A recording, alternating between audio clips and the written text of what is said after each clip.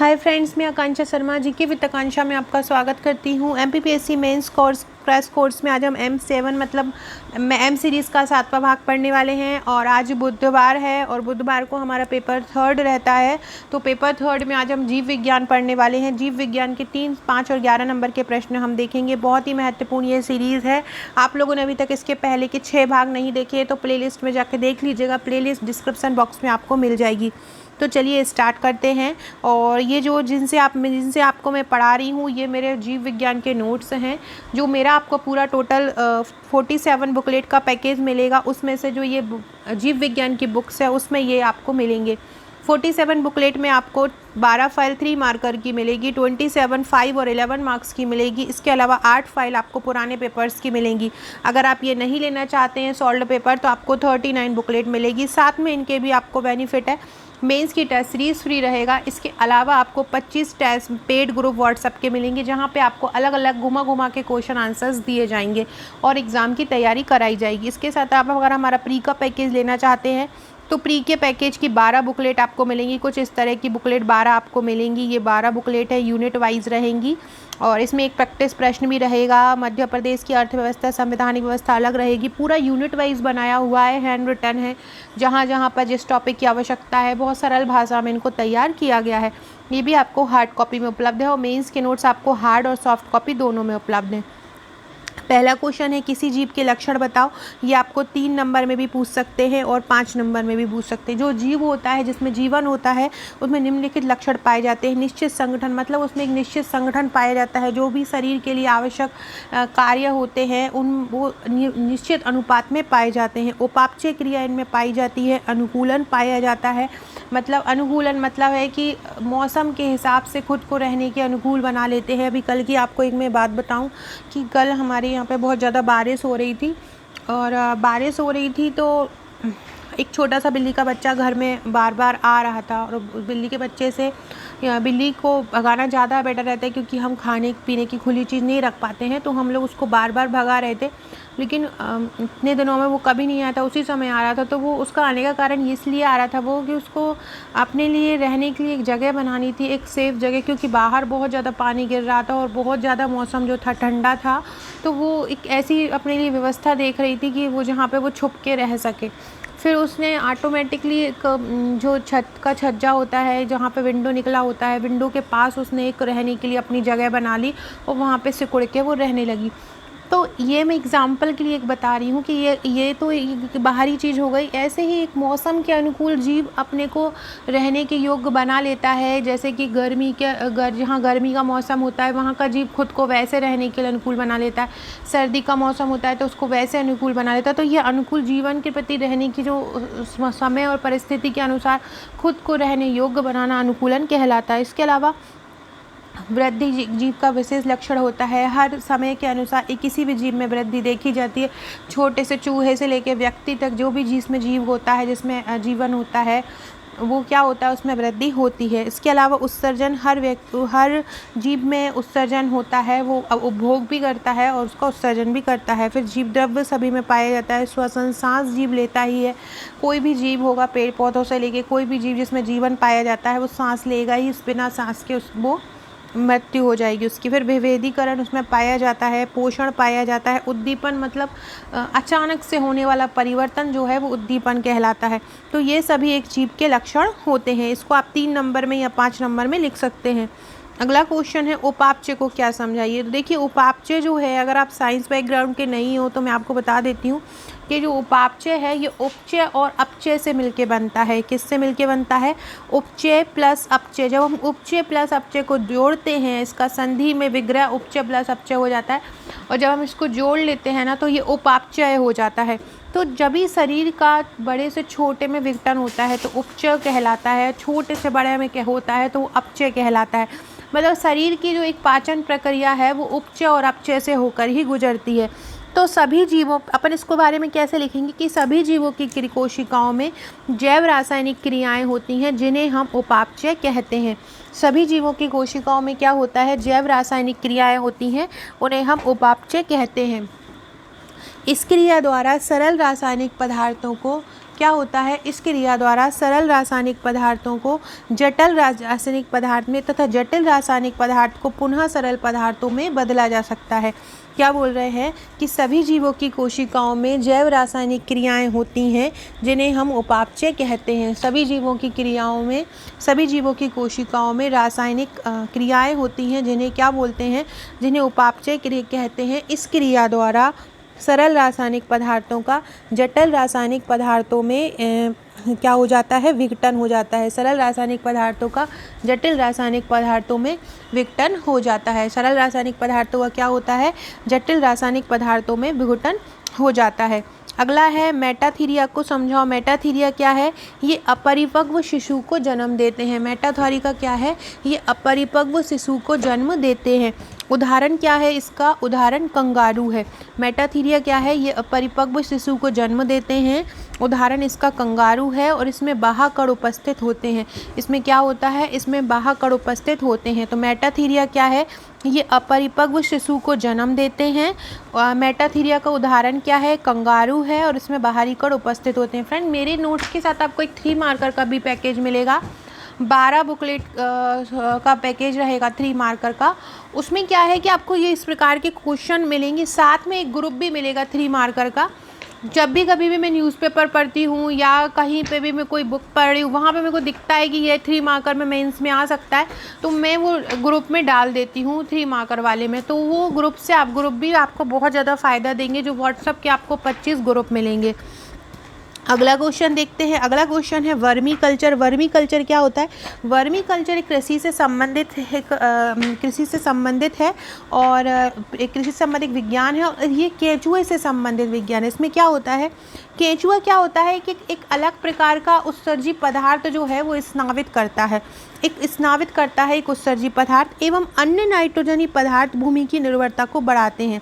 मतलब केंचुआ जो स्नावी पदार्थ केंचुआ जो कि उत्सर्जी पदार्थ स्नावित करता है एवं अन्य नाइट्रोजनी पदार्थ जो भूमि की उर्वरता को बढ़ाते हैं, उन्हें वो क्या कहलाते हैं, वर्मी कल्चर कहलाते हैं। वर्मी कल्चर किसे कहते हैं कि केंचुए के द्वारा स्नावित उत्सर्जी पदार्थ और अन्य नाइट्रोजनी पदार्थ भूमि की उर्वरता को बढ़ाते हैं, इनसे संबंधित जो विज्ञान होता है वर्मी कल्चर कहलाता है। इनको किसान मित्र भी बोलते हैं। किसको बोलते हैं, केंचुआ। केंचुआ किसान मित्र कहलाता है। केंचुए का पालन क्या कहलाता है, वर्मी कल्चर। याद रखिएगा, केंचुए का पालन, या आप इतनी सी लाइन भी लिख सकते हैं, केंचुए का पालन वर्मी कल्चर कहलाता है। अगला क्वेश्चन है द्वि नामकरण पद्धति को समझाओ। तो द्वि नाम पद्धति को कैरोलस लीनियस ने चलाया। कैरोलस लीनियस ने द्वि नाम पद्धति चलाया। इसमें प्रथम नाम वंश का होता है और द्वितीय नाम जाति का होता है।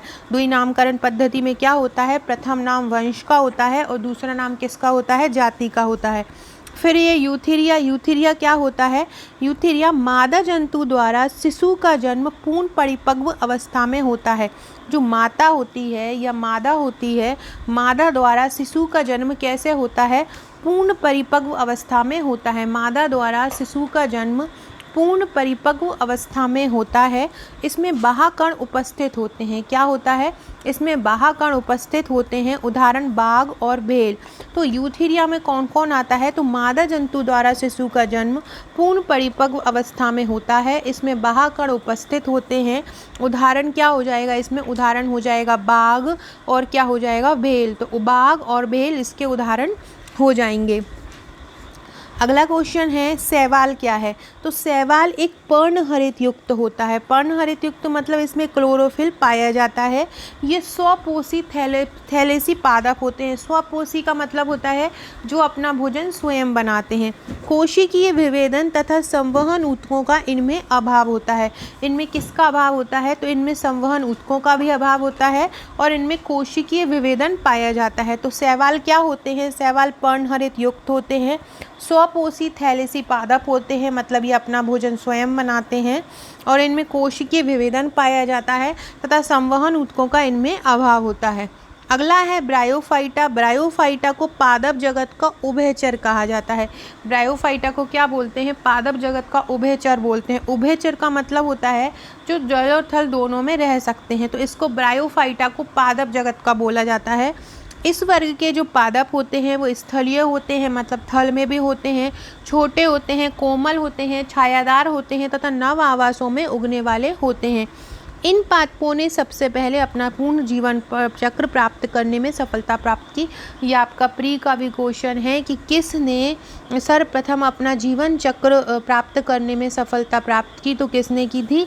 ब्रायोफाइटा ने की। ब्रायोफाइटा ने सबसे पहले अपना जीवन चक्र प्राप्त करने में सफलता प्राप्त की। अगला है टेरिडोफाइटा क्या है? तो पादपों का वह वर्ग जिसमें संवहन ऊतकों का सबसे पहले विकास हुआ। संवहन ऊतकों का जिसमें सबसे पहले विकास हुआ वो क्या कहलाएंगे? टेरिडोफाइटा। टेरिडोफाइटा किसे कहेंगे? जिसमें संवहन ऊतकों का सबसे पहले विकास हुआ। इन्हें पादप जगत का सरीसृप भी बोलते हैं। पादप जगत का सरीसृप किसको बोलते हैं? टेरिडोफाइटा को। टेरिडोफाइटा पादप जगत का सरीसृप कहलाता है। अगला क्वेश्चन है ये आपको 11 नंबर में भी पूछ सकते हो, 5 नंबर में भी। लाइकेन क्या है? इसके लक्षण, लाभदायक और हानिकारक उपयोग बताओ। मतलब आपको लाइकेन बताना है क्या होता है, फिर इसके लक्षण बताना है, फिर उसके लाभ बताना है और फिर उसके हानि बताना है। फ्रेंड्स, अगर आपको मेरी वीडियो अच्छी लगती है तो प्लीज़ चैनल को शेयर कीजिएगा, मेरी वीडियो को शेयर कीजिएगा। अगर आप लोगों का साथ रहा तो मेरा चैनल बढ़ेगा और मैं ज़्यादा से ज़्यादा वीडियो लेके आ पाऊँगी, क्योंकि ये नॉर्मल सी टेंडेंसी है आप लोग के साथ भी, मेरे साथ भी, हर किसी के साथ कि उनको लगता है कि हाँ मेरे इस वीडियो पे अच्छा व्यू आ रहा है तो मैं इस वीडियो को बढ़ाऊँ, इसी वीडियो से संबंधित टॉपिक लाऊँ। क्योंकि ये केवल इसलिए नहीं कि लोग ज़्यादा देख रहे हैं तो हमको फ़ायदा हो रहा है, इसलिए कि थोड़ा सा मोटिवेशन मिल जाता है कि हाँ ये वीडियो ज़्यादा पसंद की जा रही है तो हमको इसको बनाना है। तो आप लोग को अगर कोई वीडियो अच्छा लगता है तो प्लीज़ उसको शेयर किया कीजिए, ज़्यादा से ज़्यादा लोगों को जोड़ा कीजिए। आप लोगों के सबके कमेंट्स में पढ़ती हूँ और जो मुझे कमेंट बहुत अच्छा लगता है उसका मैं स्क्रीनशॉट खींचकर अपने स्टेटस पर भी डालती हूँ व्हाट्सएप में। अगर आप लोग जुड़े होंगे तो आप लोग उसको देखते होंगे और मुझे पढ़ के बहुत अच्छा लगता है जो आप लोगों का प्यार और सम्मान मुझको मिलता है। जो भी वीडियो आप चाहते हैं मुझे कमेंट बॉक्स में लिख दिया कीजिए तो मैं उस पर वीडियो बना। अभी आप लोग की जो ज़रूरतमंद की चीज़ है मध्य प्रदेश की सीरीज़ मेरे चैनल पे स्टार्ट है, ज़रूर देखिएगा। आने वाले समय में वो पेड हो सकती हैं। इसके अलावा MPPSC प्रीलिम्स के लिए क्रैश कोर्स की P सीरीज़ चल रही है और मेंस के लिए M सीरीज़ चल रही है जो अभी आप पढ़ रहे हैं। तो ये तीनों सीरीज़ बहुत इंपॉर्टेंट है, बाकी साइड में तो वीडियो चलता रहता है। ये तीनों सीरीज़ जो चैनल पे चल रही हैं वो आपके लिए बहुत यूज़फुल है, तो उनको ज़रूर फॉलो कीजिएगा। लाइकेन क्या होते हैं? तो लाइकेन वो होते हैं जो शैवाल और कवकों का सहजीवन होता है। मतलब लाइकेन में शैवाल और कवक साथ साथ जीवन यापन करते हैं। भारत में हिमालयी क्षेत्र या नम छायादार क्षेत्रों में वृक्षों की छाल पर पाए जाते हैं। लाइकेन कहाँ पाए जाते हैं? तो लाइकेन भारत में हिमालय क्षेत्रों में पाए जाते हैं या नम छायादार क्षेत्रों में पाए जाते हैं। इसके बाद लाइकेन के उपयोग देखते हैं। तो किसी क्षेत्र विशेष में लाइकेन की कमी वायु प्रदूषण का सूचक है। इसके उपयोग क्या होंगे? लाभ क्या होता है कि यदि लाइकेन की कमी हो जा रही है तो समझ लो कि वायु प्रदूषण होने वाला है, तो मतलब ये वायु प्रदूषण की सूचना देते हैं। कुछ लाइकेन जातियां अनेक कीड़े मकोड़ों एवं कैटरपिलर लार्वा के भोजन के रूप में काम आते हैं। कुछ लाइकेन जातियाँ क्या करती हैं? बहुत सारे कीड़े मकोड़े को, कैटरपिलर लार्वा को भोजन के रूप में यूज़ करते हैं। विभिन्न रोगों के उपचार में भी लाइकेन का उपयोग किया जाता है। किसमें किया जाता है? रोगों के उपचार में। धूप हवन सामग्री बनाने में भी इसका प्रयोग होता है। किसमें होता है? धूप हवन सामग्री बनाने में इसका उपयोग होता है। सूखे लाइकेन का उपयोग मसाले के रूप में होता है। सूखे लाइकेन का उपयोग हम किस में करते हैं? मसाले में। अब आएगा इसकी हानियाँ। तो इसके हानिकारक उपयोग क्या होते हैं? जंगल में कई बार ये आग का कारण बनते हैं, मतलब इसके कारण कई बार आग लग जाती है। विषैले लाइकेन खाने से जानवर की मृत्यु भी हो जाती है। आर्द्र और नम क्षेत्रों में लाइकेन जातियाँ खिड़कियों और चौखटों पर उग जाती हैं। कहाँ उग जाती हैं? खिड़कियों और चौखटों पर उग जाती हैं। इनसे स्नावित अम्लों से नुकसान भी पहुंचता है। तो फ्रेंड्स, ये था इसके लाभदायक और हानिकारक उपयोग। अब हम पढ़ते हैं अनुकूलन क्या होता है। तो मैंने अभी आपको समझाया था कि ऐसी परिस्थितियाँ जो जीवों को वातावरण में एक विशेष स्थल पर रहने योग्य बनाती हैं, तो ऐसी परिस्थितियाँ जीवों को वातावरण में रहने योग्य बनाती हैं क्या कहलाती है? अनुकूलन कहलाती है। जैसे कि कुछ पौधे क्या होते हैं? मरुस्थल में उगते हैं। मरुस्थल के पौधों को अपने यहाँ ले आओ, नहीं उगेंगे। अपने पौधों को मरुस्थल में ले जाओ, नहीं उगेंगे, क्योंकि वो उस परिस्थिति के अनुसार खुद को बढ़ने के लिए योग्य बना लेते हैं और वृद्धि के लिए योग्य बना लेते हैं।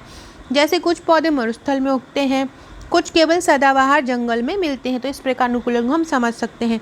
शैवालों के लक्षण बताइए। शैवाल में विभिन्न प्रकार के क्लोरोफिल, कैरोटिन और ज़ैंथोफिल पाए जाते हैं। क्या पाया जाता है शैवालों में?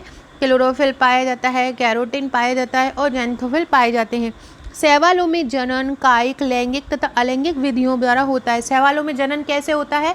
तो शैवालों में जो जनन होता है वो कायिक विधि द्वारा या लैंगिक विधि द्वारा या अलैंगिक विधियों द्वारा होता है।